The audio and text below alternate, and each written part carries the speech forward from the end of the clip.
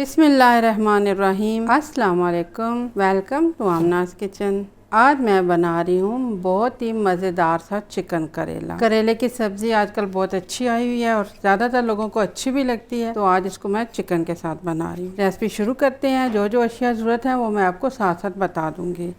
सबसे पहले पैन ऊपर रख दिया और इसमें डालें ऑयल।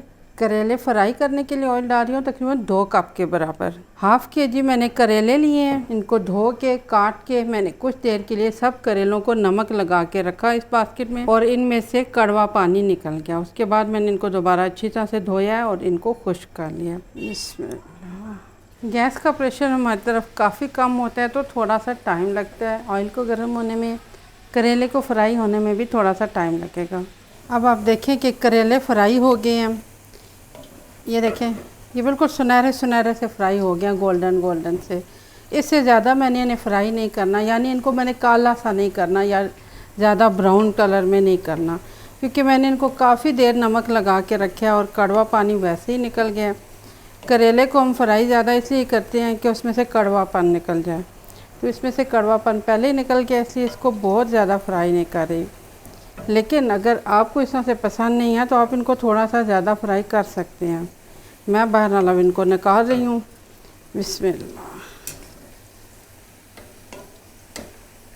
अब ये ऑयल चूँकि गर्म है तो इसमें मैं डाल रही हूँ प्याज मैंने हाफ़ केजी लिया है।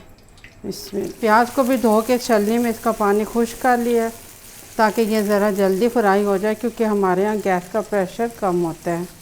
प्याज तकरीबन फ्राई हो गया। ये देखें, इसको अभी बहुत ज़्यादा नहीं पकाना कि इसको ब्राउन कलर में ले जाएं, बस ये गोल्डन सा फ्राई हो गया है, अच्छा पक गया ये। अब इसमें थोड़ा सा ज़ीरा डालना है, 1 चाय की चम्मच बराबर इसमें ज़ीरा डालना है। चिकन बोनलेस हाफ़ केजी है ये। बिस्मिल्लाह। इसके बहुत छोटे छोटे से टुकड़े मैंने खुद ही बना लिए थे। ये थोड़ा अभी वाइट वाइट सा हुआ है, लेकिन इसमें अब डालना है लहसुन पेस्ट। 2 खाने के चम्मच बराबर लहसुन पेस्ट मैं इसमें डाल रही हूँ। अब इसमें हमने डालना है नमक मिर्च वगैरह। नमक 1 चाय के चम्मच बराबर, इसमें लाल मिर्च 2 चाय के चम्मच बराबर, इसमें काली मिर्च 1/4 चाय के चम्मच बराबर, हल्दी पाउडर आधा चाय के चम्मच बराबर। बस इसमें इतने ही मसाले डालने हैं, बहुत ज़्यादा इसमें मसालों की भरमार नहीं करनी हमने। अब इसमें डालना है थोड़ा सा अदरक, स्लाइस में कटा हुआ अदरक है ये, 1 टेबलस्पून के बराबर। इसमें अब इसमें डालना है टमाटर मैंने हाफ़ केजी लिए हैं। इसमें ये छोटे क्यूब्स में काट लिए हैं, लेकिन चॉप नहीं है, बल्कि ये क्यूब में ही कटे हुए हैं। ये आपको नज़र आ रहे होंगे ये किस साइज़ के कटे हुए हैं। बस अब इन सब को फ्राई करने हैं अच्छी तरह से। अब आप देखिए टमाटर मुकम्मल तौर पर नरम हो गए, इसके अंदर घुल गए हैं। ये सारा मसाला, चिकन कढ़ाई सारी तैयार हो गई है। अब इसमें डालना है हमने गर्म मसाला पाउडर आधा चाय के चम्मच बराबर डाल रही हूँ। बिस्मिल्लाह। अब इसमें डालने हैं करेले। इसमें तकरीबन 5 मिनट के लिए मैंने इसको भून लिया है। अब इसको 5 मिनट के लिए लो फ्लेम करके इसको दम देना है। 5 मिनट हो गया, अब इसका चूल्हा बंद कर देती हूँ। मैं देखती हूँ इसको। बिस्मिल्लाह।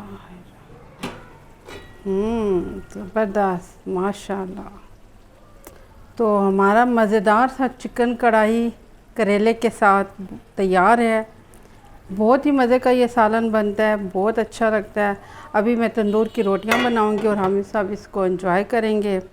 आज दिन को मैंने मलाई के साथ मक्खन बनाया था और हमने तंदूर की गर्मा गर्म सी रोटियां बना के मक्खन शक्कर डाल के सब ने खाया था।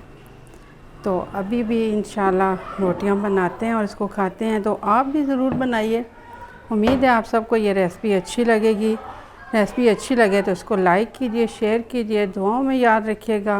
मेरे चैनल को सब्सक्राइब कीजिएगा, लाइक कीजिएगा, शेयर कीजिएगा। अल्लाह हाफ़िज़।